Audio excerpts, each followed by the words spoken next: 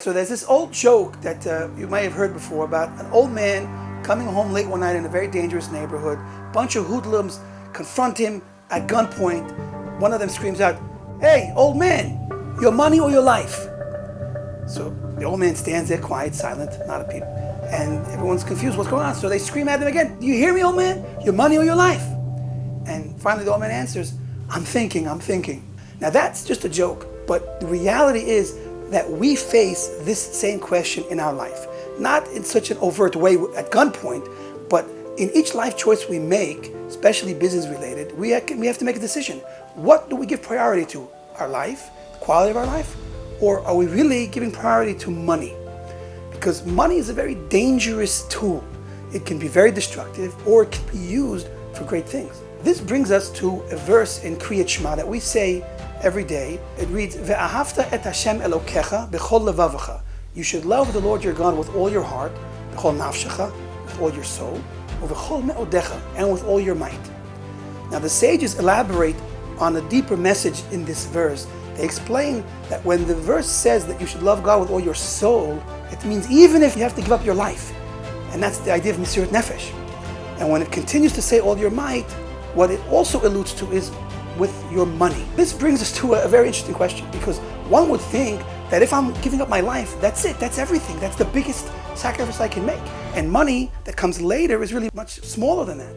So either it should have just said your life and that's it, or if it wanted to mention giving up money as well, it should have mentioned money first and then ended with this climactic, even giving up your life, so that we would be going from a lower to higher level of sacrifice. So the Gemara answers the question by saying, you know what? To your surprise, there are people that value their money more than their life. And this itself is very confusing. How could it be that a person values his money more than his life? So let's look at the story we brought, the joke. This old man standing at gunpoint, he says he's thinking about it because he might prefer the money over his life. Now that's a joke, because at gunpoint, no sane human being would ever choose his money, because once his life is gone, he's got no money anyway. So the rabbis cannot mean this example that we use as a joke. It doesn't mean that when someone points a gun to your head, you're going to say, I want to keep my money, kill me, because that's senseless. So what do they mean that a person values his money more than his life? So let me ask you a question.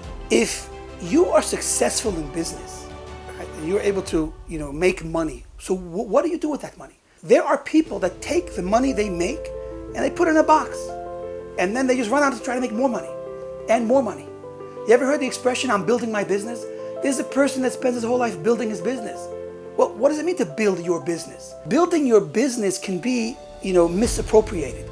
Building a business is necessary, but when your focus is on idolizing and just being completely devoted to your business to build it, and you become a slave to that endeavor, then you're putting your money above your life, because you're taking your life, the energy you have, and the days that you've been given, which are numbered, and you're using them to build a business that you will never benefit from, because you're going to build it till the day you die.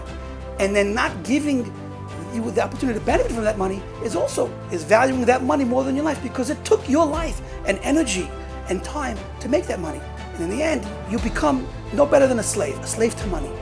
So how do you become a free person and use the money for your life, putting your life before your money? Well, that's the healthy approach which the Torah prescribes for us, to have a fixed time for work and use that money, the result of your work, to service your life, to give you a better quality of life. There's another way we can appreciate the idea of giving up one's life for his money. Let's look at business ethics for a moment. If I'm going to compromise the law, Jewish law prescribes exactly what's right and wrong in the interdealings between people in business. If I'm going to compromise those laws, do things that are forbidden, essentially get my hands on money that's not rightfully mine, stolen money, I'm going to take from the person I'm dealing with in business what's not rightfully mine. So then I'm also compromising my life on a very big level. How so? Kabbalah teaches us that our business dealings are very exacting. When we're judged in heaven, we'll be judged for those business dealings. And if we took what's not ours, even if we didn't pay back a loan, we would have to come back into this world in a reincarnation to pay back that debt, to give back that debt. There are numerous stories brought by the Kabbalists about situations like this. There is a famous story from the Baal Shem Tov of a person that wrongfully took money from someone. He was forced to come back in a reincarnation to give back that money. And reincarnation is very difficult for the soul to have to go through this. And even if we don't come on to the idea of having to come back again, the simple result of stealing is it causes a blemish on your soul. So anytime we compromise our business ethics and truth and what's fair between our fellow person and ourselves in business, we are also compromising our life and putting, once again, our money before we put our life. With these lessons, let's hopefully take the ultimate message. Money is a tool that we can use to make our life better and to earn great reward by standing up to the challenge of money, by being honest.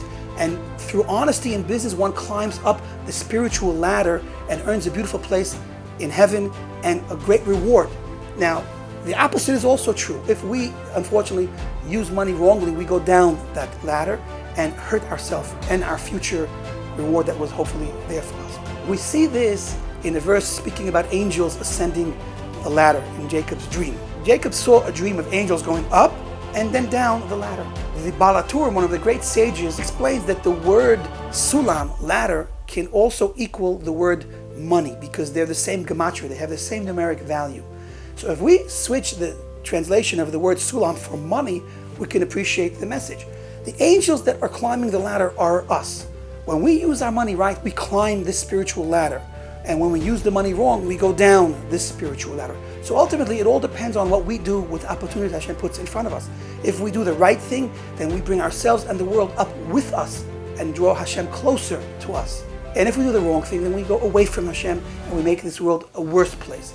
And ultimately, the underlying root of all of this is greed or benevolence. If we understand that God is kind and gives to us and we have to emulate that and give to others, then we will be honest and faithful to Hashem and our fellow in our business dealings. But if we believe that it's all about me and I have to take care of myself, and then we'll be shrewd and be takers in business, and that will be the greed that brings to destruction between me and my fellow, and unfortunately destruction to this world.